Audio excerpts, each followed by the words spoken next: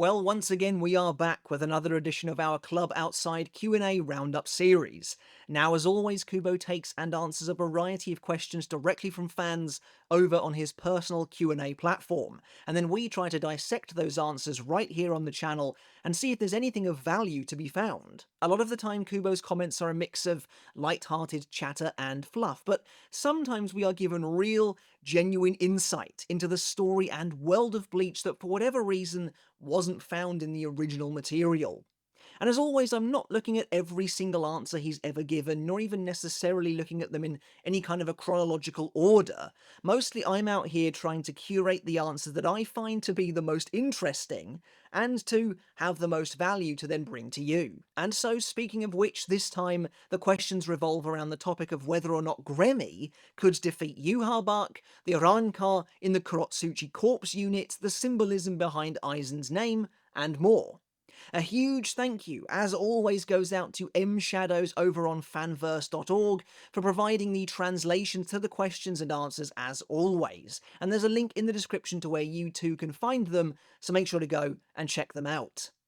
Right, on with the latest roundup then. We'll begin with the topic of Gremmy versus Yhwach, because I think that's quite an interesting one, and I always like it when Kubo tackles these questions of power head on. Before we get started on the video, guys, consider hitting subscribe if you haven't done already, as it does really help the channel out, and I'd greatly appreciate it. And also check out my other channel, Mr. Tomo Talks Games, as well. Maybe give us a subscribe over there. Your support does mean the absolute world, and it's always helping to make a difference.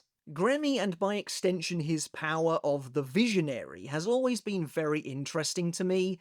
I've said it before that I think the Visionary is pretty much the second strongest shrift behind the Almighty, and potentially the second strongest, depending on your parameters, ability in all of Bleach. The power to turn imagination into reality has, on paper, seemingly limitless potential with little to no cost, the only limit being what you can imagine. But then, like all abilities, its scope is in fact limited by what its wielder can achieve, and in this case, what they can imagine. Kubo had to find a means of effectively keeping a lid on this absurd power, and he did so by giving it to perhaps the most inexperienced, unassuming, and strangely ineffectual Sternritter of the bunch. But it worked. Gremmy's childlike approach to battle, which actually stemmed in part from his totally broken power, removing his need to try, nor prove himself to anyone, meant that while he was capable of imagining some, pretty impressive and even creative and amazing things, it did always feel somewhat stifled. But even armed with that knowledge, there were always a few lingering questions when it came to the Visionary and how Gremmy chose to use it, specifically in battle against Kenpachi. Considering Gremmy could seemingly imagine anything into reality, right down to imagining himself healed after taking serious injuries, or imagining the fact that he can no longer be cut, he can no longer be killed by Kenpachi. The question was always, well, why doesn't he just imagine Kenpachi dead? Or at the very least, incapacitated. When Gremmy goes to such lengths as conjuring a gigantic meteor, or even the very fabric of outer space to try and kill the captain, well, why not just imagine Kenpachi dead immediately and be done with it? Remove those additional frustrations. The truth, of course, is that Gremmy's power turned out to be a little more nuanced than that, and in many ways he's his own worst enemy. It's revealed early on in the fight that if Gremmy breaks his concentration on one thing that he is trying to influence via his imagination, it will revert back to normal, as is seen with Yachiru's bones, where he initially turns them into cookies, then eventually they do return to normal because Gremmy has to divert his attention elsewhere. Gremmy begins to imagine himself losing to Kenpachi, something that, without Kenpachi's own intervention, would have actively come true as a result. The truth is that Gremmy can't seemingly imagine a way of defeating Kenpachi himself, and as we see when Gremmy is killed, his own body is actively incapable of physically matching the very power that he imagines Kenpachi has, the monster he imagines Kenpachi to be. Regardless of how you feel about the end of this fight, it's fairly clear that Kubo set some hard and fast rules for the Visionary, even if said rules technically only exist in the Sternritter's head. But someone had an intriguing question regarding Gremmy and his standing within the Vandenreich, which reads as follows. Is the reason for why Gremmy never rebelled against His Majesty that his Shrift's ability was being suppressed by the seal? Or is it just that Gremmy himself would never rebel against him? It's an interesting question, and to be honest, exactly the sort of question that I like to see being posed to Kubo. When the question mentions a seal, I assume they are referring to the cage that Gremmy is locked in all the time, which again is never really explained.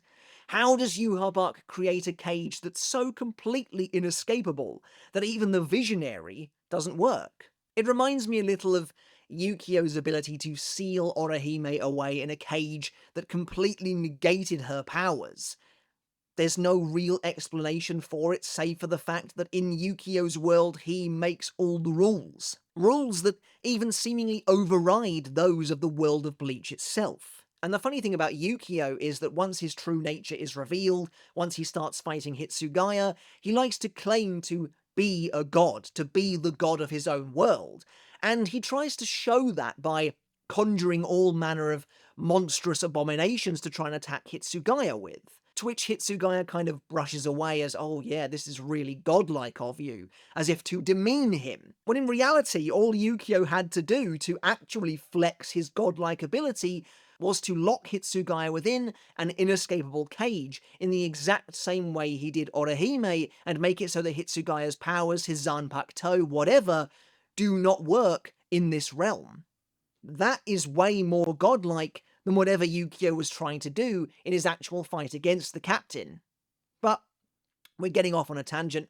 Perhaps then the same is true of Silburn, though I don't really see how that's possible despite it technically being Yhwach's own domain. It's clear that Yhwach does fear the Visionary to some degree, or else he simply wouldn't keep Gremmy locked away. While on the flip side, it's weird that Gremmy seemingly harbours no ill will. Personally, while it was cool seeing him in these different scenarios, I can't help but feel the anime made a bit of a mistake, including Gremmy in both Yhwach's proclamation and the Sternritter table meeting. Having Gremmy present in those different situations with literally no restrictions completely undermines the threat of his power, at least in my opinion.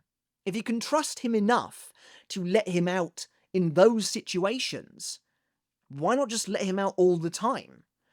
There's literally nothing stopping Gremmy, presumably, from imagining every Sternritter dead around that table. Yet he doesn't do it because he clearly doesn't feel that way inclined.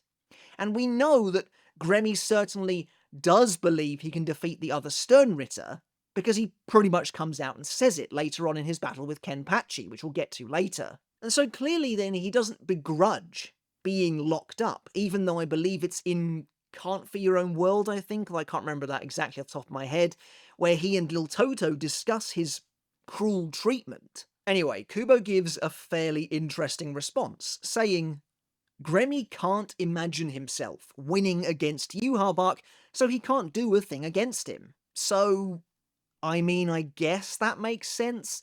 The Sternritter have been indoctrinated and radicalized into a gang of religious extremist zealots, essentially, and Yhwach is their absolute god king. So it makes sense to me that Gremmy might feel this way about him as an individual in particular. And I kind of wonder how literally we are supposed to take Kubo's comment here.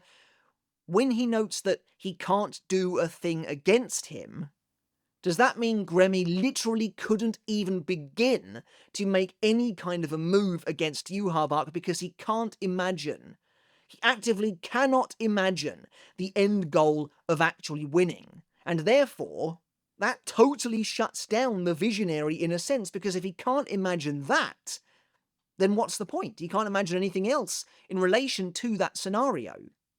Or is it more of a general thing? He can't do anything to Yhwach at all. Either way, it seems Yhwach has got Gremmy completely pinned down, which is impressive and I would argue extremely fortunate for the Quincy King. Because, to be totally honest, prior to Yhwach having the Almighty, so when Gremmy is out fighting Kenpachi, it kind of feels like to me Gremmy probably could just imagine him defeated in some sense, although if Gremmy physically can't do it against Kenpachi, then there's no chance he'll be able to do it against Yhwach either. But here at least it's just a question of whether or not Gremmy thinks he can or not. But here's the thing, right? We know that of all of the Stern Ritter, Gremmy and Lil Toto were kind of friends, by which I mean they didn't seem to have any animosity towards each other, and Lil Toto actively pitied Gremmy to a sense, while he actively helps her relieve her unending hunger. If Gremmy had lived to see the Stern Ritter rebellion of which Lil Toto was an active player, could he have imagined them defeating Yhwach at that point? And if so, presumably it would have happened, or at least they might have made some headway towards it happening. Although by that point Yhwach does have the Almighty, so there was probably no chance anyway. But anyway, a part of me is also a little surprised though that Gremmy would feel this way, that he can't imagine defeating Yhwach, because I would argue everything else we've seen about this character seems to imply otherwise. He routinely calls himself the strongest Stern Ritter, and it seems like very little has been done to discourage this mentality. He even notes that not a single member of the Stern Ritter ever tried to lay a finger on him because he believes it's so obvious that he is the strongest of them all. On top of that, he literally spends his days locked in a cage of Yhwach's own making. Doesn't that kind of imply that Yhwach fears his power to some degree? That to Gremmy's mind that might insinuate that it might be effective? Maybe Gremmy just doesn't see it that way, or maybe he feels that if Yhwach is capable of blocking the Visionary like this, then it really wouldn't matter even if he was set free, he would still never be able to stand up to the king.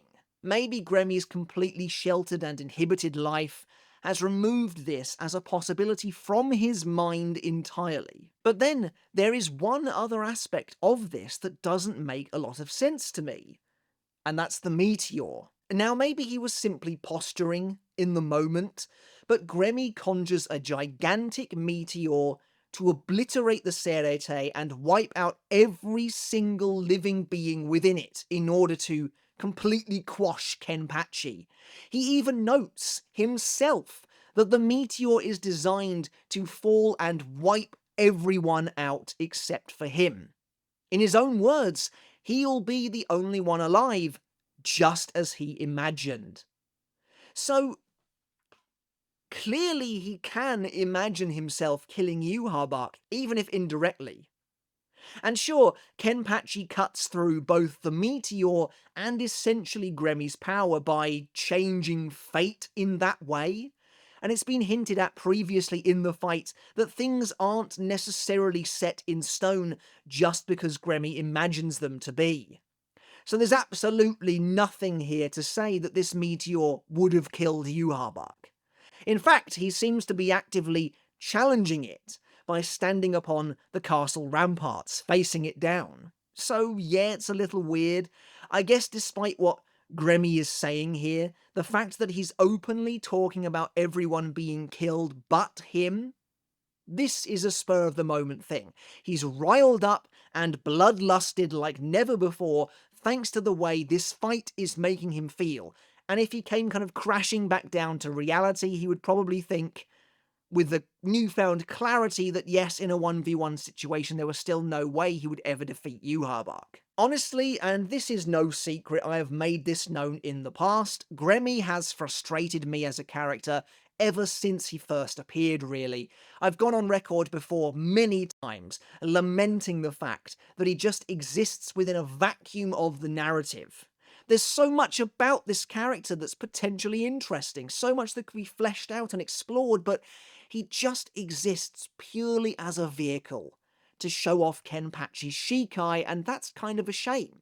But still, this was a cool question, and I like to see it. Up next, we have a look at certainly one of the more tantalizing subplots that was running throughout the Thousand Year Blood War arc, though really it was started off as early as the Arrancar arc, and that's the formation of Mayuri Kurotsuchi's Kurotsuchi Corpse Unit, made up of zombified Arrancar whom the mad scientist had collected and resurrected from the previous war. Those reanimated Arrancar were deployed in battle against Giselle's own zombie army, and provided Kubo with a great excuse for a little bit of well-earned fan service, bringing back several characters who, let's face it, we all thought were likely gone for good. The Privaron Espada Dordoni and Soruchi, as well as the former 6th Espada Lupi, and then randomly, one of Barragan's Fraction, Charlotte. Now, I'll be honest, while it was very cool and very unexpected to see these Arrancar return, I mean, I'm personally not losing my mind over any of these characters. There are plenty of Arrancar who I'd have much rather seen come back, and it's interesting that Kubo chose not to revive any of the quote-unquote actual Espada. I know Lupi wasn't actual present-day Espada, but you know what I mean, who were killed in battle. For example, Neutra feels like he would have made perfect sense.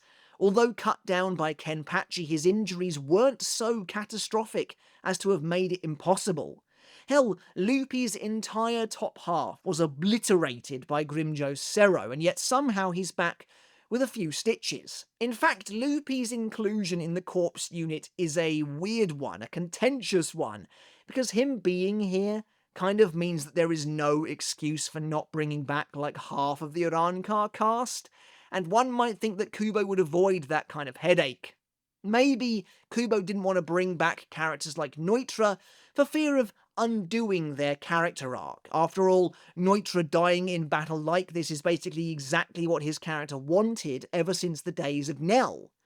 And so in the end, Kubo effectively kind of gave it to him, and so resurrecting him might very well undo all of that.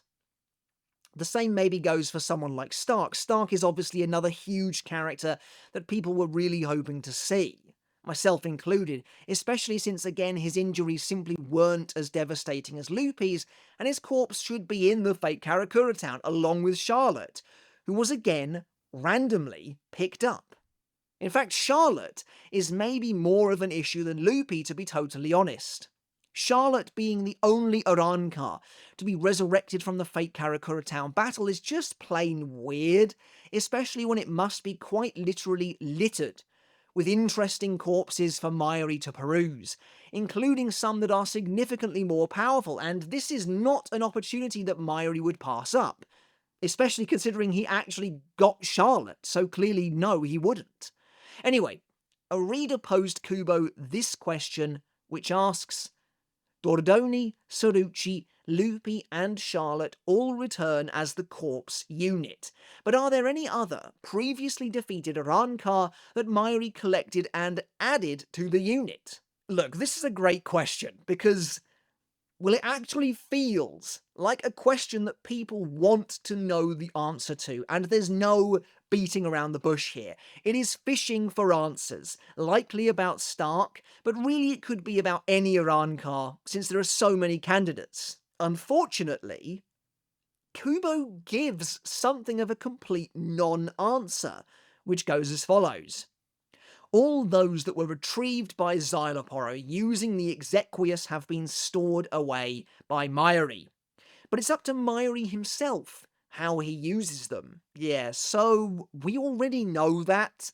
I kind of wonder if Kubo is talking about the present day here, as in the time of the Hell chapter, and he's basically saying that Mayuri has stored away his Arrancar zombies for future use, which seems pretty messed up, but I guess is quite in keeping with his character. If by stored away, he's simply talking about who has been added to the Corpse Unit, then yeah, we literally know that. It's in the manga. And weirdly, this is also kind of a half answer. Kubo only mentions those who were picked up by the Exequius, which is Dordoni and Soruchi. Maybe Lupi was as well, I guess. but he wasn't even alive or remotely whole in the first place. Even so, I suppose they could have collected his corpse for Xyloporo to study, and maybe it was Xyloporo who reconstituted him. But again, Charlotte wasn't collected by the Exequius or by Xyloporo, so he was plucked out of the fake Karakura town by Mayuri for presumably an arbitrary reason, and that's why it's a little conspicuous and even a bit frustrating that we didn't see anyone else. Kubo obviously has his reasons, and I imagine that they might be as simple as he likes Charlotte a lot and wanted to draw him again. But yeah, it's weird to not even mention it in the answer unless you forgot that Charlotte wasn't picked up by the Exequius, though I doubt it. But we could have feasibly had a reunion of all of Barragan's Fractions save for Geovega, since he was erased from existence essentially by Soifon. And I get it, I think characters need to stay dead in a narrative, though a bit of fan service like this is totally fine and cool every once in a while. It's just Charlotte feels like such an out there pick. If they had all come from Waco Mundo, maybe it would have made more sense. If he'd picked up Tesla or someone like that, but well, then we'd be wondering why he didn't just pick up Neutra too. What about Yami? Honestly, speaking of Yami, Rudborn somehow surviving Yami's assault has never made sense to me whatsoever. His head is obliterated by Yami's hand, so it would have been awesome, I think, to see him in the corpse unit as a way of explaining how he returns in Can't Fear Your Own World. But hey, maybe Kubo is just being coy with this answer, maybe it is designed to keep things a secret for the future, though I kind of doubt it. If the story continues, I'm honestly not sure we'll ever see these Arrancar again, but I guess it's totally possible. Up next, we've got a pretty cool insight into Aizen's name that I don't think warrants too much in the way of discussion, but I thought it was awesome all the same, and to be honest, I'm going to defer to some people who know a lot more than I do for this one. So the question posed by the reader was as follows. Is Sosuke Aizen's surname related to the Aizume River that flows in Dazaifu, which is also where the naming of Hinamori Momo's Zanpakuto Tobiyume originates from? Also, the kanji for right is seen in his name. Does this have anything to do with the fact that Sugawara no Michizane was Minister of the Right? And Kubo replied as follows, saying, "There actually exists an Aizume River? Tobiyume does indeed come from Dazaifu's Tobiyume flower tree, but in Aizen's case it's a coincidence. When I was designing Aizen, I was planning on having him also have some relation to the Quincy's, so coming from the German word Eisen as the man with an iron heart. I gave him the name of Sosuke, with the meaning of the one who comes from the right of everything. So this is actually pretty interesting stuff. The fact that when Kubo initially designed Aizen, he had planned on him having some relation to the Quincy's of all characters is fascinating, and I love that a degree of that carried over, even if it's just in his name.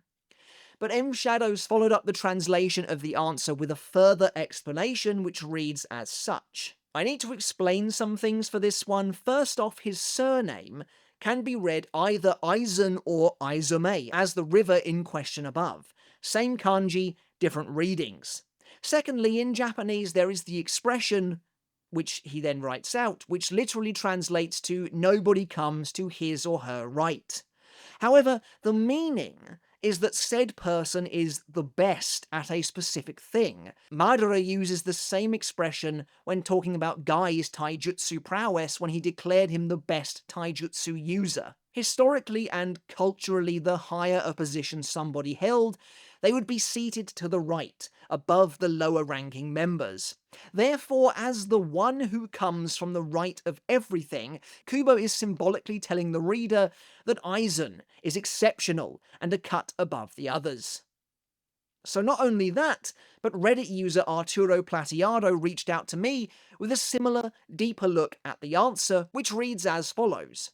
What Kubo actually said is during the design process he intended Aizen to be connected to the Quincy's, so he came up with that name. Specifically, he chose Aizen from the German Eisen to give the impression that he is a man with a heart of iron. That was just Kubo's original intent when creating him. It doesn't mean that the Aizen that appears in the story is related to Quincy's in any way. Incidentally, the Sosuke part of his name comes from an old idiom, Migi ni deru mono ha inai, which literally translates to no one comes to his right, meaning someone who is peerless or without equal. In ancient China, government positions were divided into left and right seats, with right being the most senior, which is the origin of that idiom. Hence, Kubo named him Sosuke, using the kanji for all and right, to mean the one who comes to the right of everyone, i.e. the one who is superior to all others. So yeah, a huge thank you to both users for the expanded insight into this one, and honestly it's really awesome to consider the depth that Kubo puts into otherwise potentially innocuous character details like this. And finally, as always, we have a fairly short topic to close things out with, but Kubo has asked the following question, which reads, when Ikkaku said if he's that person's student, it sounded like he was paying respect to Urahara, but what kind of relationship do these two actually have? To which Kubo replied, saying, Kisuke is, and I quote, the man who, despite having been exiled a century prior, his capabilities precede him. That was Ikkaku's way of showing respect. Again, this is probably one of those questions that, let's face it, didn't really need asking, as the manga makes it pretty obvious even from this interaction alone that Kisuke is highly renowned throughout the Soul Society. What's interesting is that Ikkaku wasn't a member of the Gotei 13 during Turn Back the Pendulum, yet he seems to envision Kisuke in his captain's garb, which is pretty cool. But yeah, it's shown multiple times that Kisuke's reputation precedes him throughout the entire Gotei. He's literally one of the most famous Shinigami ever. During Everything But the Rain, when Kisuke reveals his name to Isshin, Isshin is shocked, clearly recognizing it. Again though, it's interesting that Isshin didn't know what Kisuke looked like, just his name, whereas Ikkaku apparently recalls his appearance unless Kubo just added that shot in for the cool factor. Of course, the more likely answer is that Kubo hadn't fleshed out the timeline yet, and Turn Back the Pendulum probably wasn't a factor when Ichigo fought Ikkaku. Also, during the second invasion, there's a nice moment where Kisuke makes a broadcast to the Gotei 13 and notes that some people may not know who he is, but Shinji remarks that everyone knows who he is. Alright, but that's it for today's video and the latest installment of our Klub Outside Q&A Roundup series. As always, I hope you guys enjoyed the video, and I hope you took something of value away from it as well. Thank you once again so very much for watching, I really do appreciate it. Let me know down in the comments below which of the topics you found to be the most interesting, which of these questions and answers gives you the most food for thought. I'd love to hear your thoughts down in the comments below. Does this make sense about Gremmy not being able to stand up to Yhwach, not being able to imagine a way of defeating him? How do you feel about the symbolism behind Aizen's name? How do you feel about the answer that Kubo gave regarding the Kurotsuchi corpse unit and the Arrancar that were found within? And of course, how do you feel about Ikkaku and his seeming reverence for Kisuke Urahara, or at least that Kisuke Urahara's skills do precede him? I'd love to get all of your thoughts down in the comments below. Alright everyone, once again, thank you so very much for watching. Consider hitting subscribe down below if you did enjoy today's video and you want to see more just like this from the channel. Maybe give my other channel, Mr. Tomo Talks Games, a look and a subscribe as well. And as always, a huge, everlasting shout out and thank you to my wonderful supporters over on Patreon, without who I simply wouldn't be able to keep doing this. So to get your name in the credits of every single video as a Patreon supporter of the channel, and to get all of my videos totally free of YouTube ads, consider supporting me over there today. I really would appreciate it. Okay everyone, until next time, I'll catch you later, and I'll see you then.